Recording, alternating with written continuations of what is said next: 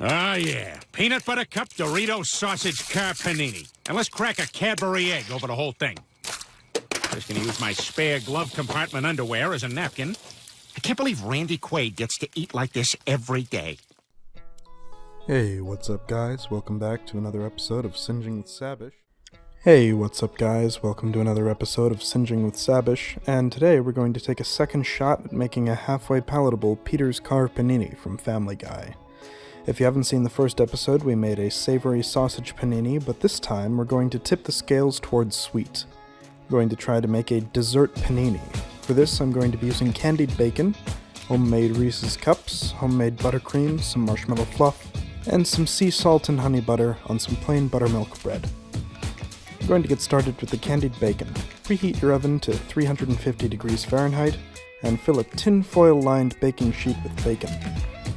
Edit the video so it doesn't look like you struggled with the packaging as much as you really did, and go ahead and overdo it. This stuff is great, and you'll probably want to try some by itself.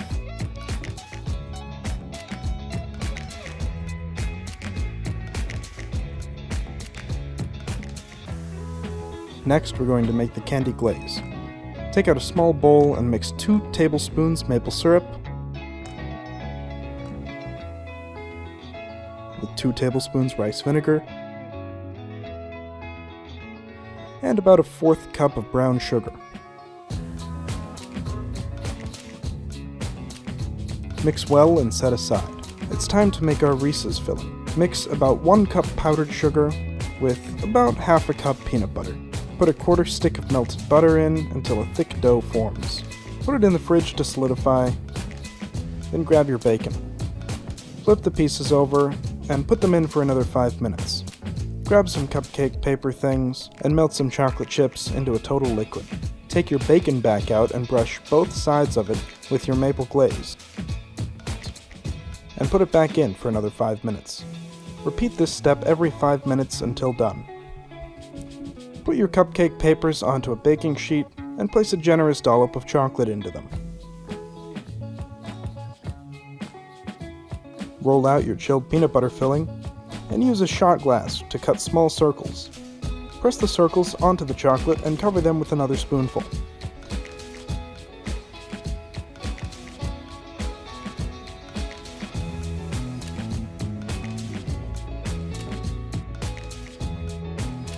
Now let's move the tray into the freezer. Let's move on to the bread. I chose buttermilk because it's fairly plain and has a natural sweetness to it. To replace the Cadbury egg, I'm going to put some homemade buttercream and marshmallow fluff onto the bread. To replace the Doritos, I was going to try using another Frito-Lay product, Sweetos. Unfortunately, I couldn't find them anywhere, so I decided to try recreating the flavor myself using brown sugar, cinnamon, honey butter, and sea salt. Now let's take the Reese's out of the freezer. The paper seems to be sticking to them quite a bit. The tops aren't too pretty, but that's definitely the classic shape. Let's see if we can get a cross-section. It's a bit harder than a normal Reese's, but we definitely aren't missing any of that peanut butter. A quick taste test. Pretty good overall. Let's break a few of these and put them onto the sandwich. Make a nice little mosaic.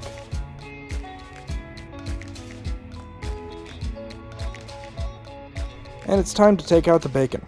Cover the sandwich in 2 layers of bacon. Make sure to cover as much as possible. Close up the sandwich and spread some honey butter on both sides.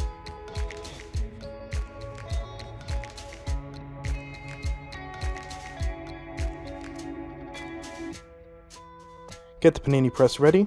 Give your sandwich a nice squish.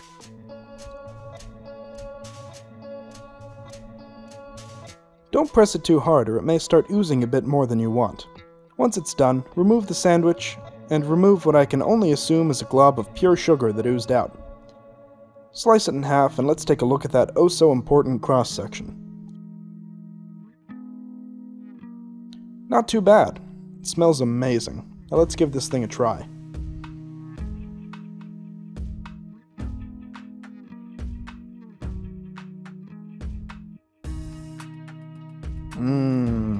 This thing is ridiculously good. This one is way better than the savory one. I was worried it would be too sweet, but it's actually just right. Everything sort of balances out perfectly. The candied bacon is the perfect centerpiece for this avalanche of sugar. All the flavors blend together perfectly. I can even taste the marshmallow, which I was afraid would get drowned out by everything else.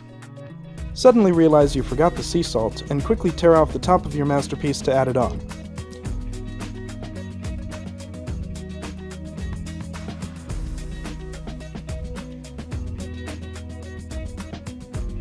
Wow, that somehow made it even better. This thing was so good, I ate half of it before I even realized I hadn't taken the picture yet for Instagram. Now this thing is pretty rich. I'm not positive that I would have been able to finish it all in one sitting, but I certainly finished half of it.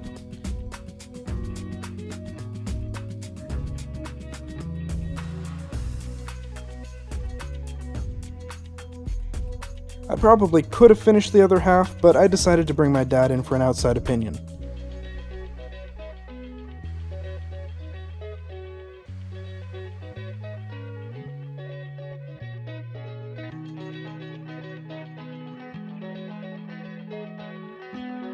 And it gets Papa Sabish's seal of approval.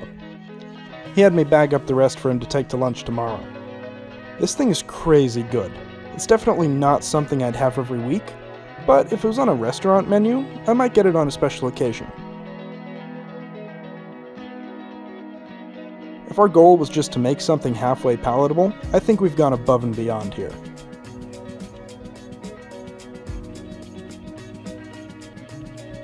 If you've made it this far, I might as well throw in some shameless self-promotion. If you like listening to my voice, like podcasts and movies and podcasts about movies, check out my podcast, Lights, Camera, Wait, This Is a Podcast, where my friends and I review, discuss, and nitpick 2 movies every week. We're about to release our 6th episode, so we have a few hours of listening material out there already. Listen wherever you get your podcasts. Or don't. Not a cop.